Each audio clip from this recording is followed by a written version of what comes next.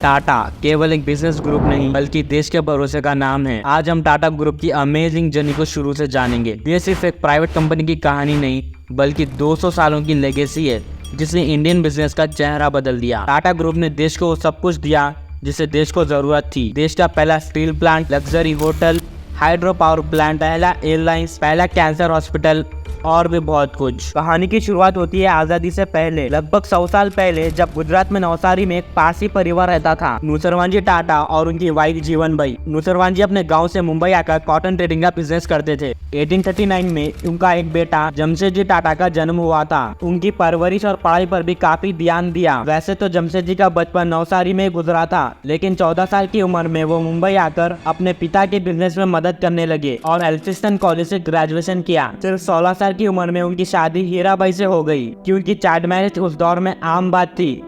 1858 में जब जमशेदजी 19 साल के थे और भारत ब्रिटिशों का गुलाम था, तब अमेरिका कॉटन का सबसे बड़ा प्रोड्यूसर देश था और ब्रिटिशर अक्सर कॉटन अमेरिका से इंपोर्ट करते थे। लेकिन उस दौरान अमेरिका में सिविल वार शुरू हो गया और कॉटन की सप्लाई बंद हो गई। इसका असर ये हुआ कि इंडिया में कॉटन की डिमांड बहुत बढ़ गई। जमशेदजी ने अपने पिता के साथ कॉटन ट्रेडिंग के बिजनेस में कदम रखा। उनके पिता बिजनेस में नई टेक्नोलॉजी को जरूरी मानते थे और इसीलिए उन्होंने टेक्सटाइल इंडस्ट्री को समझने के लिए जमशेदजी को दुनिया के अलग अलग देशों में भेजा। ये समझ आया कि दुनिया हमसे काफी आगे है और देश को अगर दुनिया की बराबरी करनी है तो इंफ्रास्ट्रक्चर, एजुकेशन, टेक्नोलॉजी और एम्प्लॉयमेंट पर ध्यान देना होगा। जमशेदजी एक देशभक्त इंसान थे और उन्होंने एक ऐसा बिजनेस डेवलप करने का फैसला किया जो देश को आत्मनिर्भर बनाए और लोगों को अच्छी एजुकेशन और रोजगार दे। 1869 में 12,000 कैपिटल के साथ जमशेदजी ने ट्रेडिंग कंपनी की शुरुआत की और मुंबई में एक पुराने तेल को खरीद कर अलेक्जेंडर नाम से कॉटन मिल में कन्वर्ट कर दिया। यह मिल 2 साल तक अच्छी चली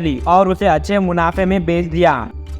जो पैसे मिले उनसे मुंबई पोर्ट से 800 किलोमीटर दूर नागपुर में इम्प्रेस मिल नाम से कॉटन मिल शुरू की। सबने इस फैसले का मजाक उड़ाया क्योंकि पूरा बिजनेस एक्सपोर्ट पर निर्भर था और मुंबई पोर्ट से 800 किलोमीटर दूर मिल लगाना किसी को समझ नहीं आया। लेकिन जमशेदजी ने फैसला अपने एक्सपीरियंस के आधार पर लिया। दरअसल नागपुर में कॉटन प्रोडक्शन होता था, सस्ते में मजदूर मिलते थे और ट्रेन से मुंबई की पोर्ट की कनेक्टिविटी भी बहुत अच्छी थी और इसी वजह से इम्प्रेस मिल ने कमाल कर दिया। इम्प्रेस मिल ने सैकड़ों लोगों को रोजगार दिया और टाटा ग्रुप फेमस होने लगा। जहां एक तरफ ब्रिटिश गवर्नमेंट हम भारतीयों को नौकर की तरह समझती थी और हमारे मजदूर दिन रात जानवरों की तरह काम करते थे, वहीं जमशेदजी ने एम्प्लॉयज वेलफेयर के बारे में सोचा। उन्होंने इम्प्रेस मिल के एम्प्लॉयज के लिए प्रोविडेंट फंड, इंश्योरेंस जैसे स्कीम की शुरुआत की। यहाँ तक कि फैक्ट्रीज में वर्किंग कंडीशन सुधारने के लिए जॉब का समय 8 घंटे के लिए किया और बिना सैलरी कट के छुट्टियां देना शुरू की। जमशेदजी के 4 बड़े सपने थे जो देश की तरफ से पॉसिबल नहीं थे।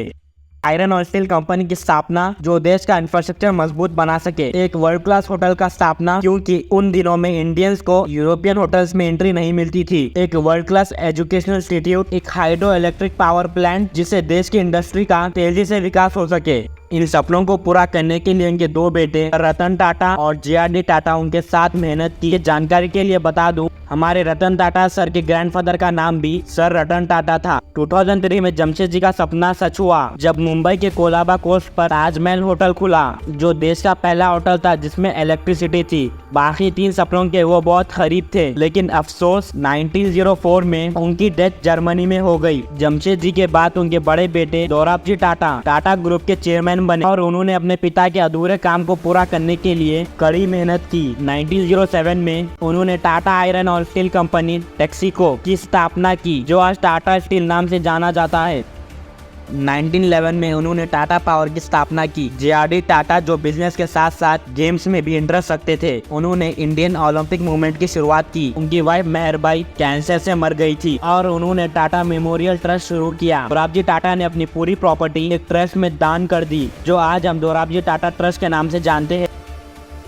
जे.आर.डी. टाटा की लीडरशिप के अंडर टाटा ग्रुप दुनिया के हर कोने में पहुंचा। उन्होंने 50 सालों तक टाटा ग्रुप के चेयरमैन के रूप में सेवा की और $100 मिलियन और 15 कंपनियों के साथ टाटा ग्रुप को 5 बिलियन और 95 कंपनीज में बना दिया। जे.आर.डी. टाटा ने 1929 में कमर्शियल पायलट का लाइसेंस भी लिया और 1932 में टाटा एयरलाइंस की स्थापना की, जिसे 1953 में एयरलाइंस का नाम दिया गया और साथ ही टाटा ग्रुप के बिजनेस का विस्तार भी अलग अलग सेक्टर में करना शुरू कर दिया। 1939 में टाटा केमिकल्स की शुरुआत शुरुआत हुई, जिसके तहत शुरू किया गया टाटा नमक आज देश के नमक के रूप में जाना जाता है। 1936 में Tata institute of social science, 1941 में मुंबई में शुरू किया गया एशिया का सबसे बड़ा मेमोरियल कैंसर हॉस्पिटल, 1945 में टाटा मोटर्स, 1945 में वोल्टास, 1968 में टीसीएस और साल 1987 में टाइटन इंडस्ट्रीज की शुरुआत। इनके कुछ रिमार्केबल अचीवमेंट है। 1991 में जब भारत में इकोनॉमिक लिबरलाइजेशन शुरू हुआ था, तब टाटा ग्रुप को मुश्किल दौर का सामना करना पड़ा।